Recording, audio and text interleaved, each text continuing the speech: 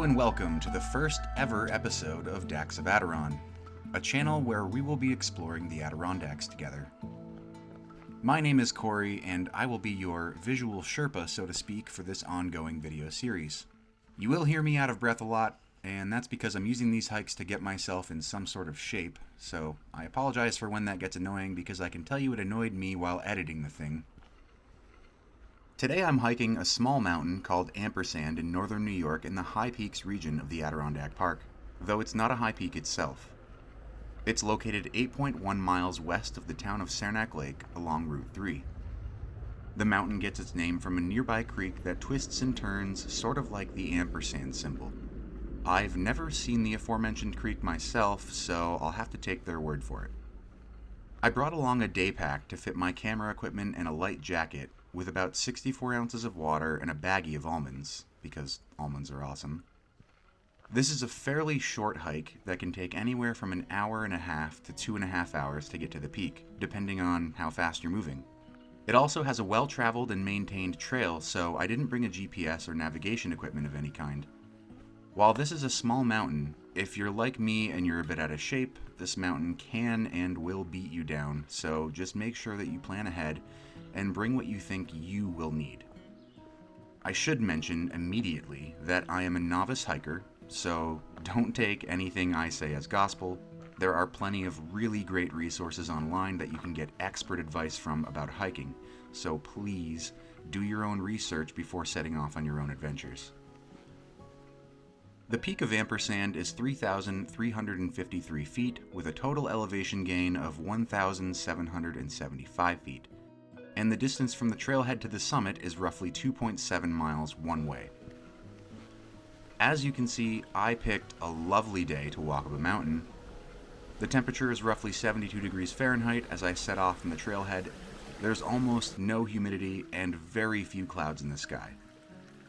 Almost immediately in this hike, you will come across several little streams or brooks. Not really sure what the difference is between the two, but you take my meaning. So take a moment to appreciate the view before moving on.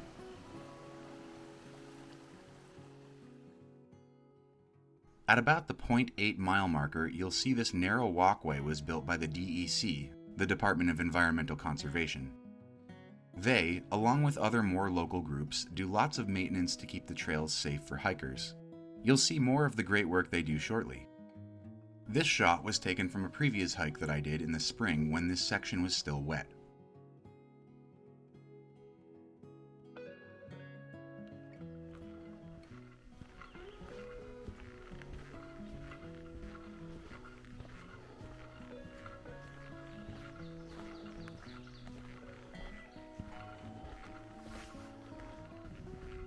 Shortly after the footbridge, you'll begin to see some wooden and rock stairs. Now, the DEC doesn't just add these so that it's easier to traverse, they mainly add them because it helps to slow erosion. Either way, it's good for everyone.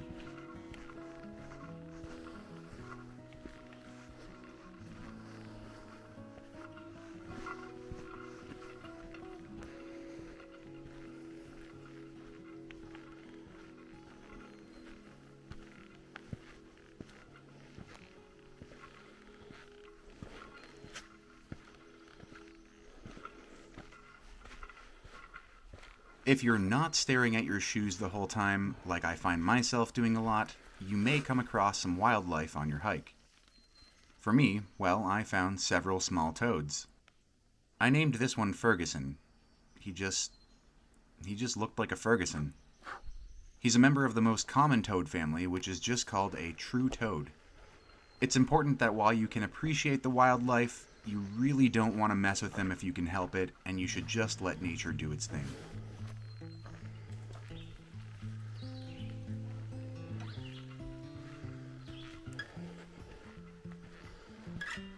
So after you start seeing the stairs, that's when the elevation starts to climb continuously. And for me, that's when I break out the water.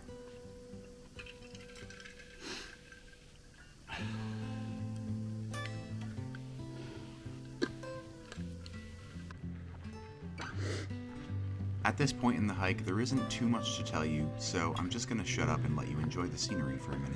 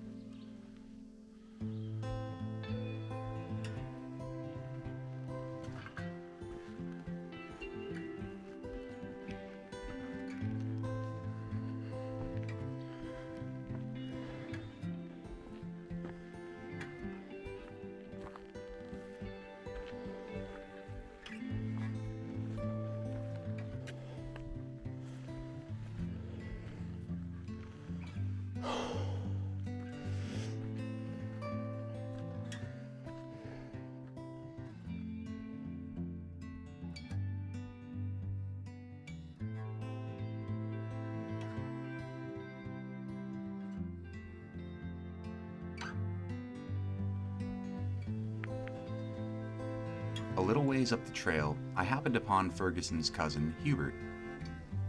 He was hiding in the shade looking for bugs, so I said a quick hello and moved on.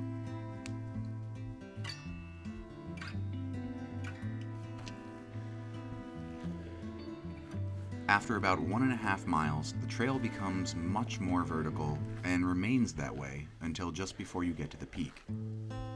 The trail also gets very rocky from here, so if you're hiking on a rainy or wet day, take your time and find your footing with each step. At the time of this hike, I was 260 pounds.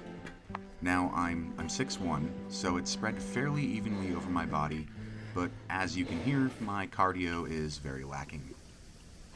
So I took water breaks whenever the need struck me. But I wanted to get to the top, so I kept trudging up the rocky stairs.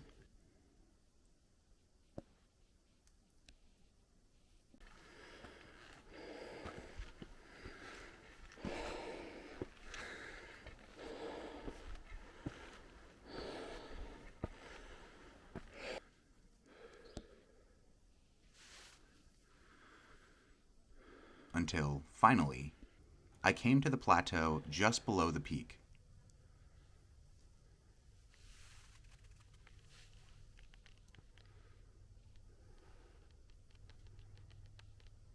The plateau is about 2.4 miles up the trail, so if you can do basic math, you'll know we're very close now. It's a nice little reprieve from the last part because it's fairly flat and easy to traverse.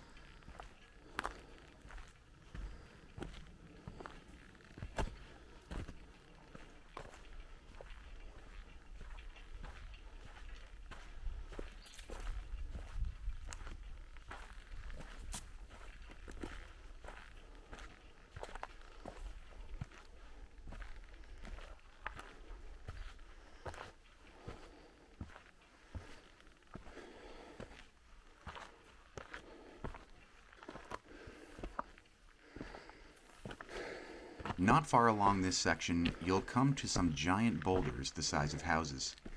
And there are a couple little passageways here that you can explore at your leisure.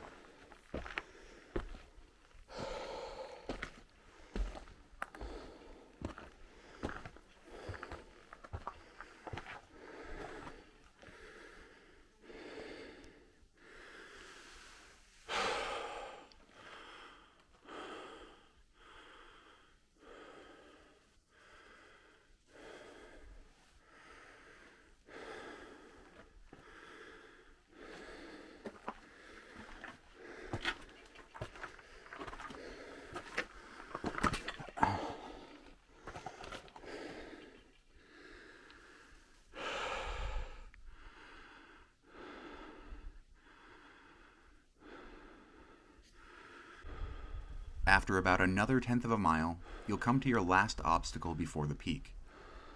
You'll need to climb this rock here. There is another way, but it doesn't really matter because no matter what you do, you'll need to climb a rock. So I chose this one.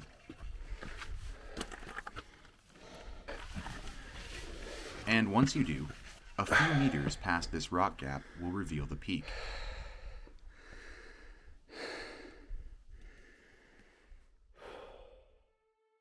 Here is another hike I did early in the morning so that I could get a sunrise shot for you. It was very cold that day, with the thermometer registering 26 degrees Fahrenheit.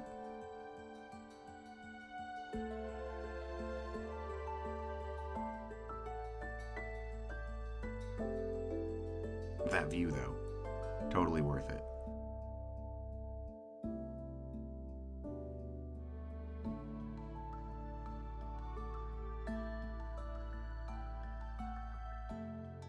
You may be wondering why.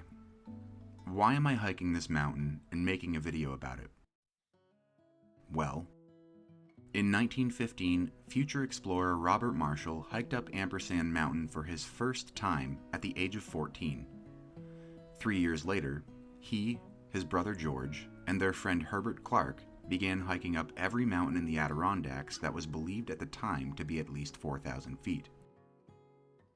I say believed at the time because they didn't have accurate measurements of the mountain range, and that wouldn't come until later. In 1925, The three of them became the first ever 46ers, meaning they hiked all of the peaks thought to be high peaks, and there are 46 of them. So, I hiked Ampersand first, because I wanted to announce that I will be hiking the high peaks and making a video about each one. Now, it would go way faster if I simply just hiked them without making videos, but the videos will serve several purposes. First, I'm telling the world about it, which means I won't just be letting myself down if I fail, and that will definitely motivate me to keep going. Second, this is something I will look back on and feel proud to have done completely on my own, and that hopefully other people can enjoy it too. And finally, I can tell you from personal experience that even though you may be nervous or apprehensive about doing something difficult, the only one stopping you in the end is you. You are responsible for your own life and your own happiness, and you need to do whatever you can to lift yourself up out of whatever funk you're in and move forward. And that's what I'm trying to do with this. Thank you so much for checking this video out, and I hope you can join me in my journey through the Dacks of Adiron.